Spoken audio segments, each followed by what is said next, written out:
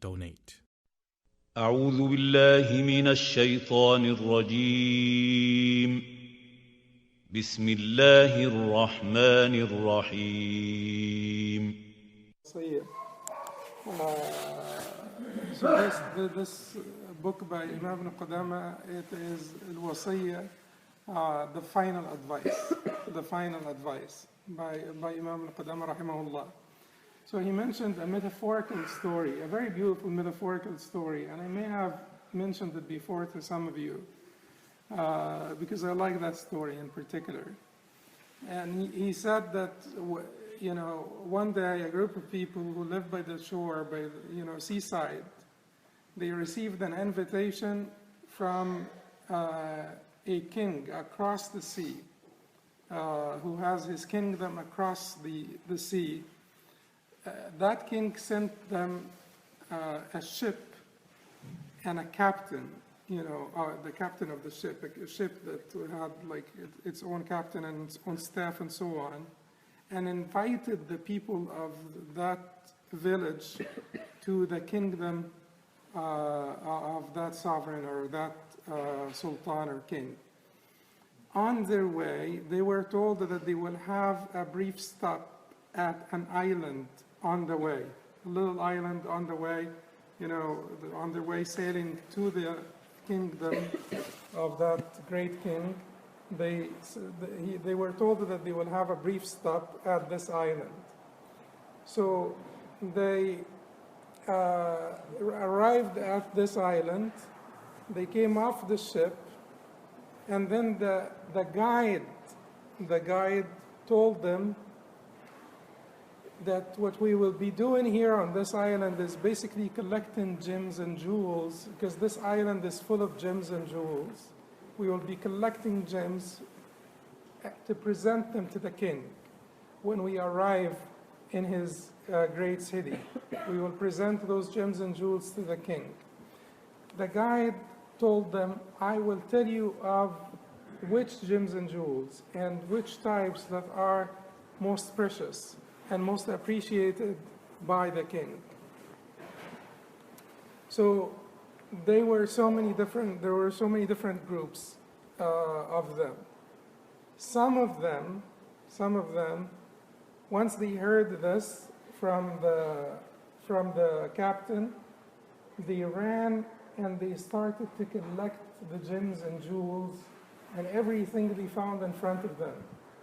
Everything they found that looks shiny, they start to collect this. Everybody has a backpack. So everybody puts, his gems and jewels in that backpack. So they are collecting everything that shines. Because those are, they think gems and jewels shine. So everything that shines, they collect it, they put it in the backpack, and they start to work, and they kept on working hard. Very good. Some of them stayed with the guide, the captain, and they listened to what he said about the characteristics of the most precious gems and jewels. How do they look like, and which ones you should collect, which ones the king appreciates the most. Some of them started to play with sand on the side of the island. They started to build castles of sand and so on, and play and so on. Some of them started to work a little bit, and when it was forenoon and the sun started to rise and it started to get a little bit hot, they said we should take a nap. We should rest. It's a long day. They were told that by sunset everybody will have to leave the ship, and no one will have the option to stay around. Everybody will have to be taken back on board. Some of them started actually to trade the jewels amongst themselves, and to engage, in building, a little bit of little homes, made out of whatever materials there were there, wood and stuff. They started to build little houses for themselves, because they said, by noon it's going to get too hot and we have to make sure that we have enough shade and so on. And they started to get themselves comfortable and, make those sheds and so on. The captain told them, all of this island is yours, except for one place. It is the sacred precinct of the king. It has the harem, Harim al-Malik. It has the women of the king. And the sacred, precinct of the king is this palace. One palace in the island. No one should go to it. No one should come close to it. So they started, to get curious, because it looks so magnificent, huge, tempting. So they started to get curious. And they start to come a little bit closer and closer. They say to themselves, we'll just peek in from far away, just see what is happening there. And every step on the way, they get closer to that palace, they get more tempted. The palace looks, marvelous.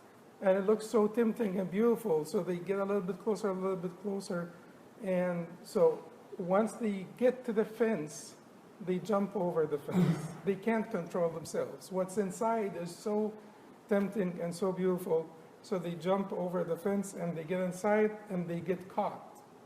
Because that has the harem, Harim al-Malik, or the women of the king. It's his sacred precinct. Who are those people?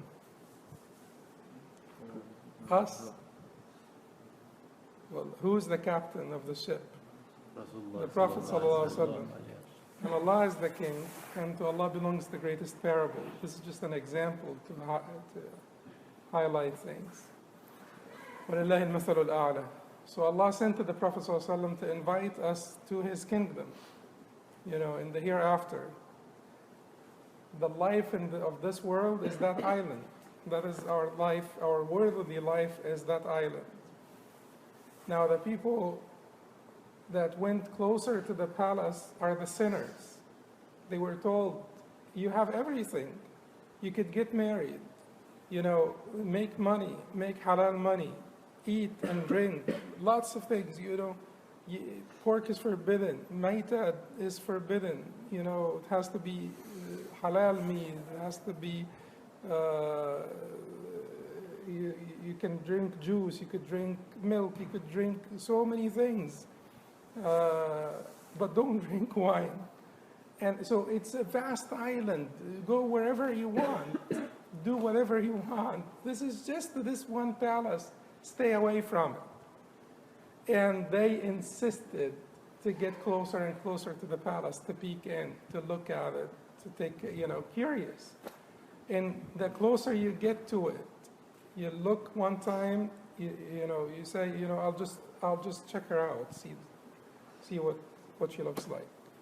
And then you look another time, and you look a third time.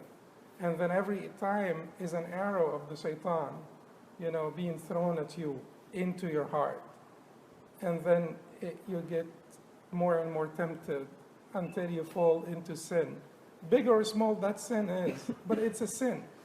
The very fact that you looked with desire, with lust, is sinful.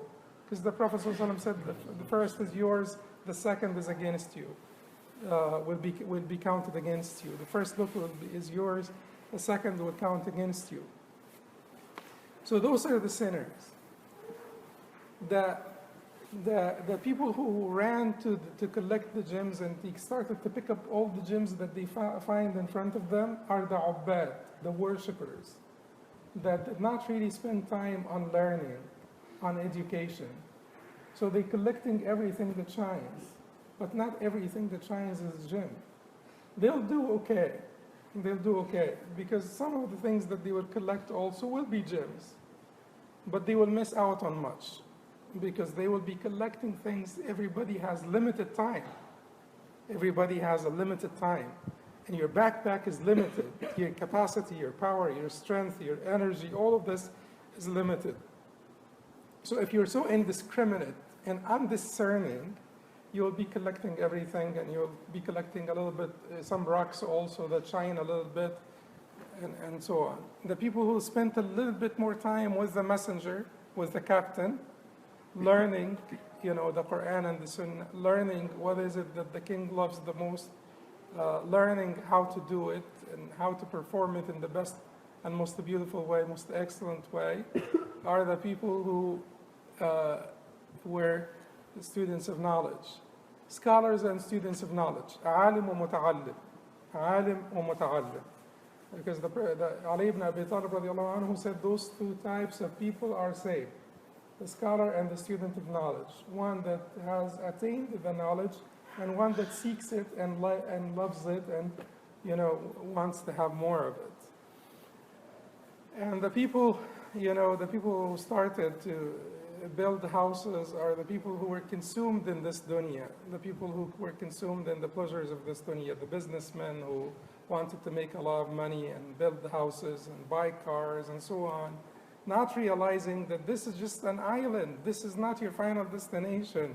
You're just here temporarily, and you will be taken at the end of the day back to the ship. And at the end of the day, no one will be given a choice to stay behind. You will be seized by force. You will be taken by force back to the ship. So if you were napping, who's napping? The lazy people who spend their time in frivolity, in nothingness, is just laziness. The couch potatoes, those people that don't do anything. They don't do anything bad, but they don't do anything good either. Are the people that were napping, and the people who spent their time in lahu wa la'ib, in play and amusement, are the people who started to build castles, of sand that get, destroyed by the waves and so on. So it is a very nice parable that really teaches us where we should be, The best place to be is to learn, to spend a little bit more time with the messenger, spend a little bit more time with the captain of the ship, learn what is it that is most appreciated by the king and what is not, so that when you're in your limited time and with your limited capacity as a human being, you pick out the jewels that are most precious and will be most appreciated by the king. Don't ever go near that palace. Don't ever go near the haram, the haramat of Allah subhanahu wa ta'ala, the sacred bounds of Allah subhanahu wa ta'ala. Don't come close, because once you come close, you will trespass. ألا إن لكل ملك حمى ألا إن حمى الله محارمه. The Prophet ﷺ said, for every king he has his sanctuary, and Allah's sanctuary is his prohibitions. Don't go near them. If you trespass, you will be caught and you will be punished. And that's it. It's a nice story.